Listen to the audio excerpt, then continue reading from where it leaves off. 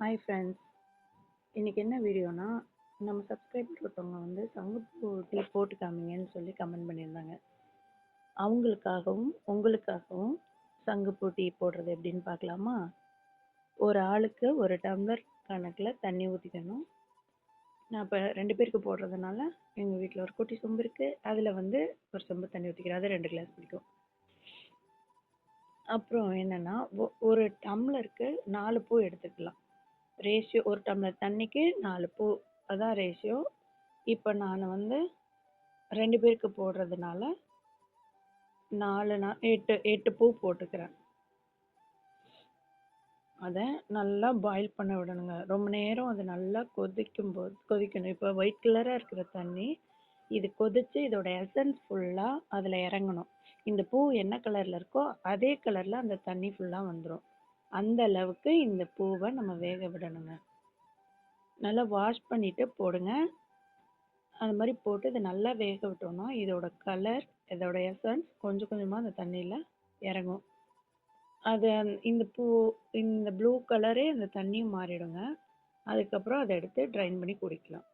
இது இப்போ நல்லா கொதிக்கட்டும். இதில் வேற என்னென்னலாம் போடலான்னா, இதில் வந்து ஒரு ஒரு துண்டு இஞ்சி போடலாங்க.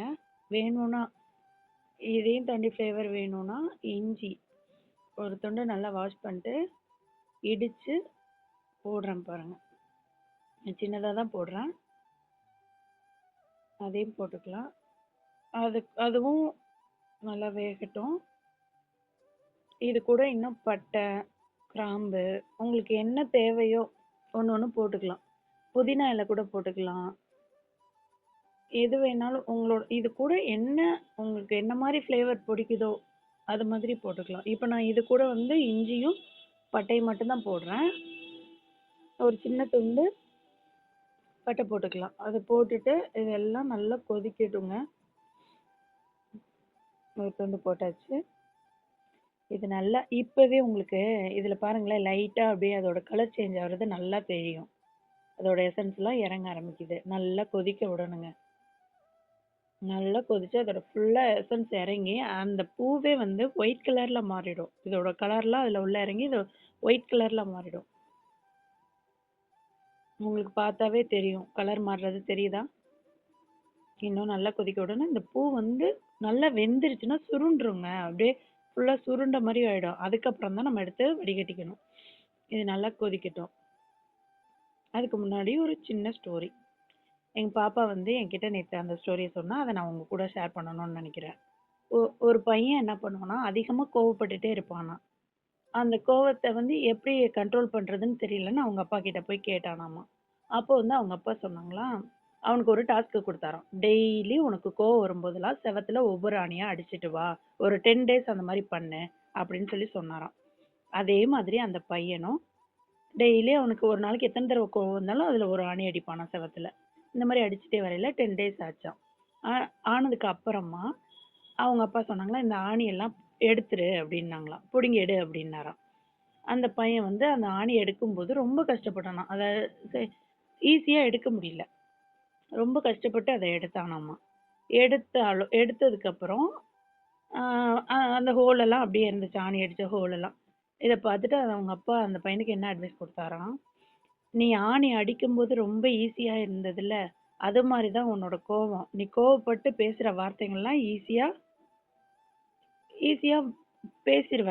ஆனால் அதை திரும்ப எடுக்கணும்னு நினைக்கிறப்ப எவ்வளோ கஷ்டப்பட்ட, ஆணியை வெளியே எடுக்கும்போது எவ்வளோ கஷ்டப்பட்ட, அதால் உண்டான காயமும், அதான் அந்த ஹோல், அந்த காயமும் மறையாது. அதனால அந்த காயமும் மறையாது, அது கஷ்டம், திரும்ப எடுத்துக்கிறதும் கஷ்டம். அதனால கோவம் யாருமே படாதீங்க, முடிஞ்ச வரை அன்பாக இருங்க. ஓகே. இப்போ என்னன்னா, இந்த டீக்கு வந்து சர்க்கரையை விட ஒயிட் சுகர் யூஸ் பண்ணாதீங்க, ஹனி யூஸ் பண்ணுங்க. ஹனி வந்து இன்னும் டேஸ்ட் கொடுக்கும். ஒவ்வொரு ஸ்பூன் ஊற்றிக்கோங்க.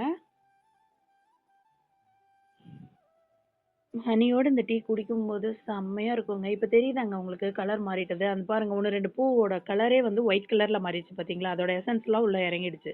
இந்த மாதிரி நல்லா கொதிக்க விட்டு இது கலர் சேஞ்ச் ஆனதுக்கு அப்புறம் இதுல 1, 2 பூ இன்னும் உள்ள வந்து இறங்காமலே இருக்கு. அத லைட்டா கிண்டி விடலாம். லைட்டா ஸ்பூன் வச்சு கிண்டி விட்டோம்னா அதுவும் வெந்துக்கும். சுருண்டுக்குச்சாங்க தெரியுதாங்க? அந்த இலை மடிஞ்சது, பூ மடிஞ்சுக்கிட்டது தெரியுது இல்லைங்க?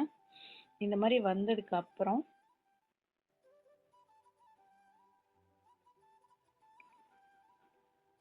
அது நல்லா பாயில் ஆனதுக்கு அப்புறம் நம்ம வடிகட்டி டேஸ்ட் பண்ணலாங்க. இதோட ஸ்மெல்லே சூப்பரா இருக்குங்க.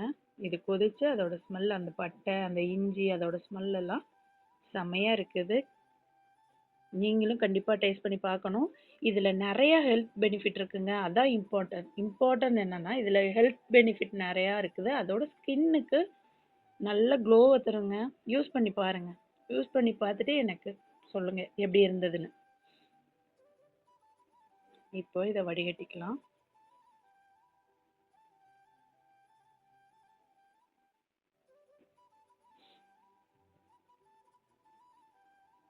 வடிகட்டி கொண்டு போய் என் ஹஸ்பண்ட் கொடுப்போம்.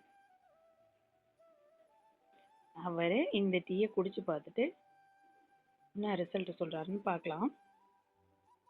வாங்க நீங்களும் குடிக்கலாம். சங்குப்பூ டீ ரெடி.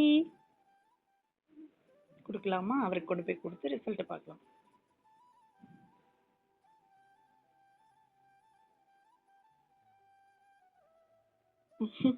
பாய் மக்களே.